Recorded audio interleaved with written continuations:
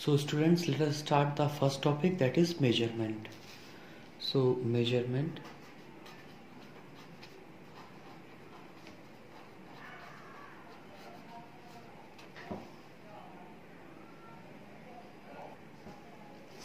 The process of measuring anything is called measurement. जैसे मान लीजिए हम किसी चीज़ की लेंथ को हम मेजर कर रहे हैं, जैसे मान लीजिए length L is equal to 4 metre. तो जैसे आप लोग कहीं पे कपड़े की शॉप पे जाते हैं या कोई आम शॉप पे जाते हैं जहाँ पे आपने देखा होगा कि एक इंस्ट्रूमेंट होता है, एक मेजरिंग स्केल होता है जिसको हम मीटर स्केल बोलते हैं, और उसकी जो लेंथ होती है वो 1 मीटर के बराबर होती है। ठीक है ना। तो ये होता है हमारा मीटर स्केल। ठीक है। तो अगर हम किसी चीज़ की लेंथ हमने नापी है 4 मीटर, तो एक्चुअली में इसका मतलब ये हुआ कि ये जो लेंथ है ये इस 1 मीटर स्केल की 4 टाइम्स है। ठीक है। या फिर एक और लेंथ हम कोई ले लेते हैं, जैसे कि हमारा 7 मीटर। तो 7 मीटर का मतलब हम ये कह सकते हैं कि ये हमारी 7 टाइम्स है किसके, 1 मीटर स्केल के। ठीक है ना। तो जितनी हमारी 1 मीटर स्केल की लेंथ है, ये वाली लेंथ जो है उसकी 7 टाइम्स है। अब जैसे हम कोई मास ले लेते हैं, मास m हम ले लेते हैं 5 kg। ठीक है। तो आपने इस सब्जी की शॉप पे या फिर एक नॉर्मल शॉप पे आपने देखा होगा कि एक बांट होता है। ठीक है। जिससे हम जो भी वो सामान देता है वो उससे नाप के देता है। ठीक है। और इसके ऊपर लिखा होता है 1 kg। एक्चुअली ये 1 kg के बराबर ही होता है। ठीक है। तो अगर हम कोई मास अगर हम कहते हैं कि ये 5 kg है, तो एक्चुअली में हम कह रहे हैं कि ये 5 टाइम्स है 1 kg का। ठीक है ना। अब जैसे हम टाइम की बात करें, तो अगर हम टाइम को हम बताते हैं, तो time t is equal to हम मान लेते हैं 10 सेकेंड है। Time t is equal to 10 second है। तो एक्चुअली हम क्या कह रहे हैं, हम ये कह रहे हैं कि 1 सेकेंड में जितना टाइम होता है या 1 सेकेंड गुजरने में जितना समय लगता है, ये टाइम जो है ये उसका 10 गुना है। ठीक है। तो जब हम किसी चीज को मेजर कर रहे होते हैं, तो एक्चुअली में हम उसको कंपेयर कर रहे होते हैं किसी स्टैंडर्ड क्वांटिटी से। जैसे यहां पे हमारा 1 kg मास जो है एक स्टैंडर्ड क्वांटिटी है, यहां पे जो 1 मीटर लेंथ है ये हमारी क्या है, स्टैंडर्ड क्वांटिटी है। तो यहां से जो हमारी डेफिनेशन निकल के आती है मेजरमेंट की, तो उसे हम लिखते हैं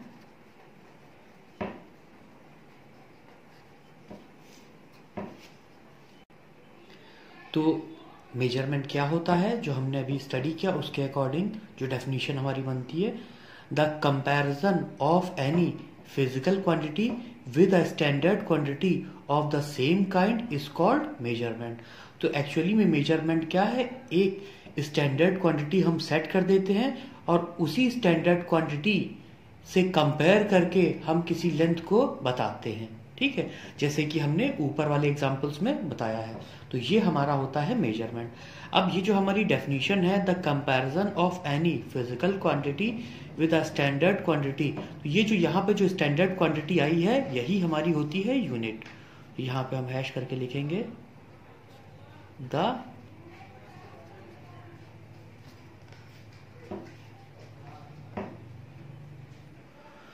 तो ये जो स्टैंडर्ड क्वांटिटी हमने यहाँ पे मेंशन की है इसी को हम यूनिट कहते हैं।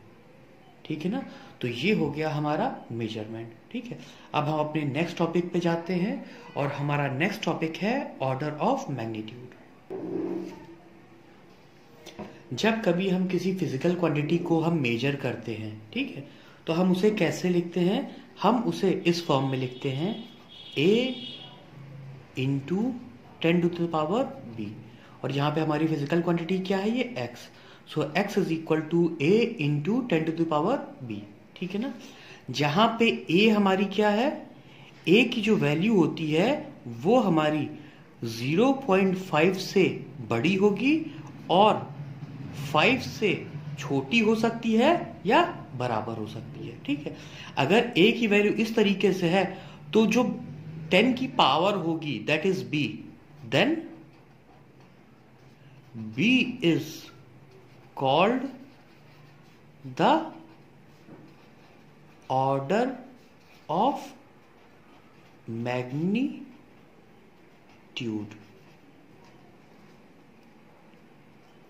तो इसी तरीके से हम एग्जाम्पल लेते हैं। हम एक एग्जाम्पल लेते हैं, जैसे लेते हैं x is equal to 3 into 10 to the power 4। अब देखिए क्या ये जो 3 है क्या ये इस कंडीशन को सेटिस्फाई करता है? हाँ, ये इसी के बीच में फॉल करता है। तो फिर जो हमारी 10 की पावर होगी then order of magnitude is 4। एक और हम एग्जाम्पल लेते हैं, that is y is equal to 5 into 10 to the power 6। अब हम यहां पे देखेंगे क्या 5 हमारी इस कंडीशन को सेटिस्फाई कर रहा है? यस, सेटिस्फाई कर रहा है। तो फिर हम लिखेंगे here order of magnitude is 6। एक और एग्जाम्पल हम लेते हैं, यहां पे z is equal to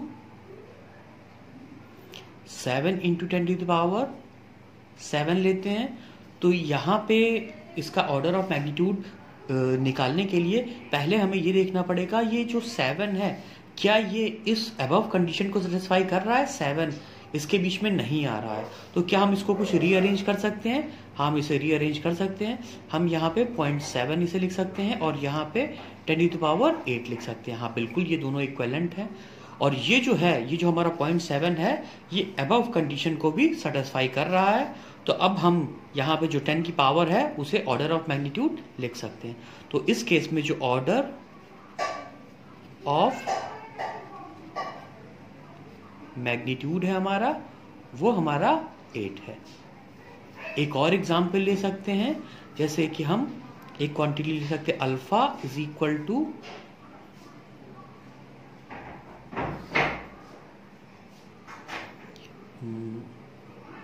0.4 into 10 to the power 2। ये एग्जाम्पल हम ले सकते हैं, ठीक है ना।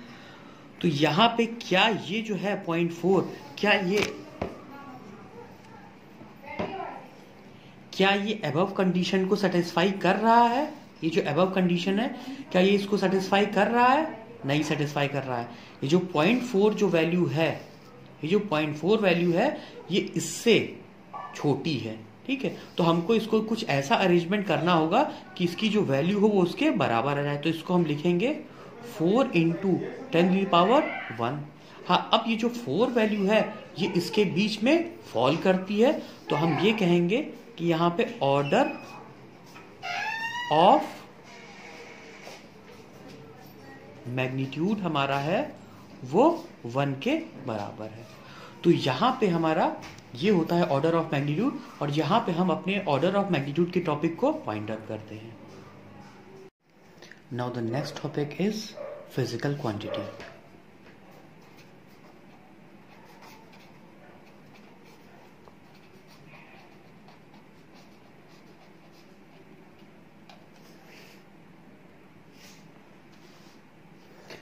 So physical quantities, all those quantities which can be measured and in terms of which laws of physics can be expressed are called physical quantities.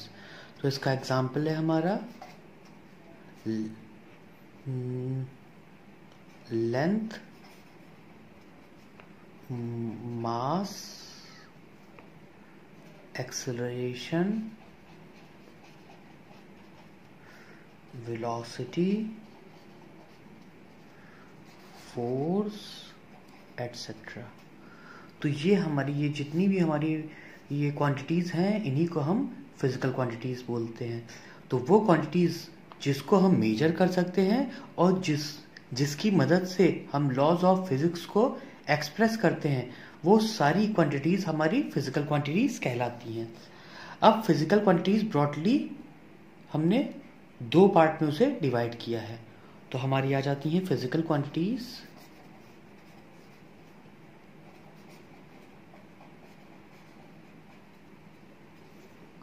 are of 2 types. So first one is fundamental physical quantity, and the second one is derived physical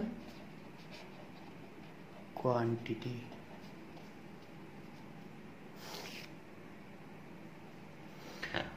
तो हमारी जो पहली quantity है fundamental physical quantity, तो the physical quantity which can be treated as independent of other physical quantities are called fundamental physical quantities. मतलब वो quantities जिसको हम अगर डिस्क्राइब करना चाहें तो उसको डिस्क्राइब करने के लिए हमें किसी और फिजिकल क्वांटिटी की मदद नहीं लेने पड़े, तो इस तरीके की क्वांटिटीज को हम बोलते हैं फंडामेंटल फिजिकल क्वांटिटी। जैसे कि हमारा लेंथ है, एग्जाम्पल लेंथ, ठीक है ना, लेंथ है, मास है। क्या मास को डिस्क्राइब करने के लिए हमें किसी और फिजिकल क्वांटिटी की मदद चाहिए? नहीं चाहिए। तो ये सारे जो एग्जाम्पल हैं ये सारे हमारे क्या कहलाते हैं? फंडामेंटल फिजिकल क्वांटिटीज कहलाती हैं। अब ये जो हमारी फंडामेंटल फिजिकल क्वांटिटीज होती हैं, ये 7 हमारी फंडामेंटल फिजिकल क्वांटिटीज होती हैं। तो हम लिखेंगे देयर आर 7 fundamental quantities, ठीक है ना। और ये है हमारी, पहले है लेंथ, मास, टाइम, टेम्परेचर,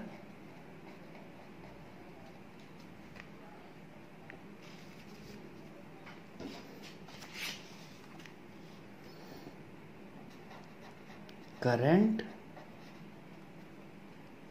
लेंथ, मास, time, temperature, current, luminous intensity,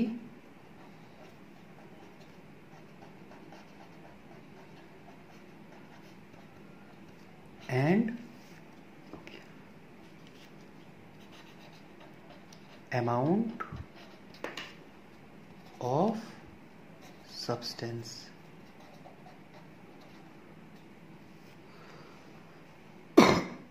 तो ये हमारी 7 फंडामेंटल क्वांटिटीज होती हैं, length, mass, time, temperature, current, luminous intensity and amount of substance. अब हमारी नेक्स्ट डेफिनेशन जो कि है हमारी डेराइव्ड फिजिकल क्वांटिटीज।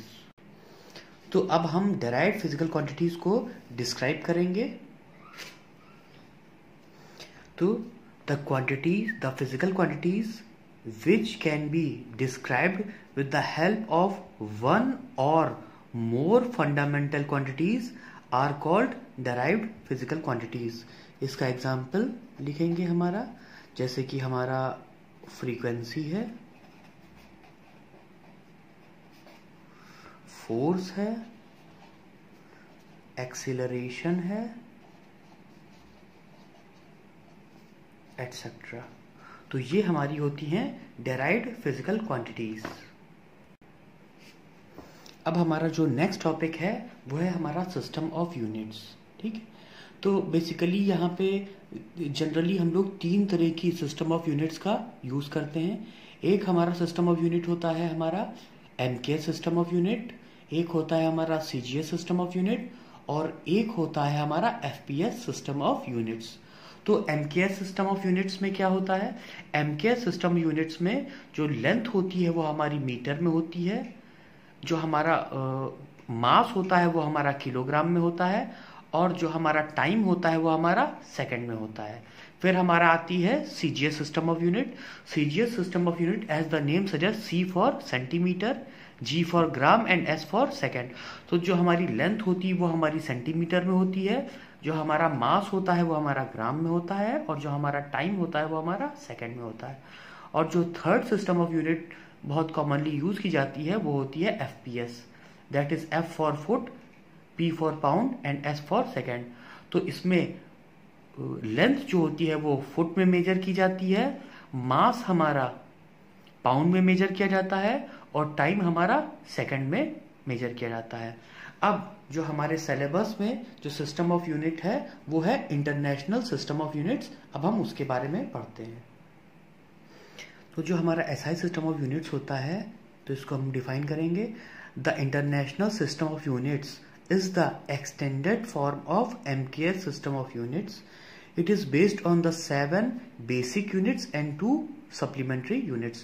तो जो हमारा MKS सिस्टम ऑफ यूनिट्स था इसमें हमारी लेंथ मीटर में थी, मास हमारा किलोग्राम में था, और टाइम हमारा किस में था, सेकंड में था। ठीक है, तो इसी सिस्टम ऑफ यूनिट को, MKS सिस्टम ऑफ यूनिट को थोड़ा सा एक्सटेंड किया गया, और इसमें 4 और यूनिट्स फंडामेंटल यूनिट्स इसमें ऐड की गई, और साथ ही साथ 2 सप्लीमेंट्री यूनिट्स और ऐड कर दी गई। ठीक है, तो ये जो हमारा सिस्टम बना इसको हम बोलते हैं इंटरनेशनल सिस्टम ऑफ यूनिट्स बोलते हैं। तो इसमें जो हमारी 7 बेसिक यूनिट्स होती हैं वो हैं हमारी, तो जो हमारी 7 बेसिक यूनिट्स हैं वो है लेंथ की मीटर,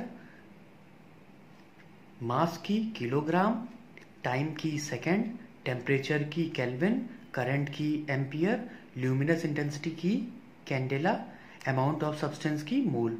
और ये इसके सिंबल हैं जिससे रिप्रेजेंट की जाती है। मीटर स्मॉल m से, किलोग्राम कैपिटल के स्मॉल g से, सेकंड हमारा s से, केल्विन कैपिटल k से, एम्पियर कैपिटल a से, candela capital C small d से, मोल MOL से। ठीक है, अब हम आ जाते हैं जो 2 हमारी सप्लीमेंट्री यूनिट्स हैं उसके ऊपर। तो जो हमारी 2 सप्लीमेंट्री यूनिट्स हैं वो है प्लेन एंगल को नापने के लिए रेडियन, और इसका सिंबल है RAD रेड। सॉलिड एंगल को मेजर करने के लिए स्टेरेडियन, और इसका सिंबल है स्मॉल s और स्मॉल r। तो ये हमारी सप्लीमेंट्री यूनिट्स हो गई। तो यहीं पे हम लोग अपने एसआई सिस्टम ऑफ यूनिट्स के टॉपिक को वाइंड अप करते हैं। ठीक है।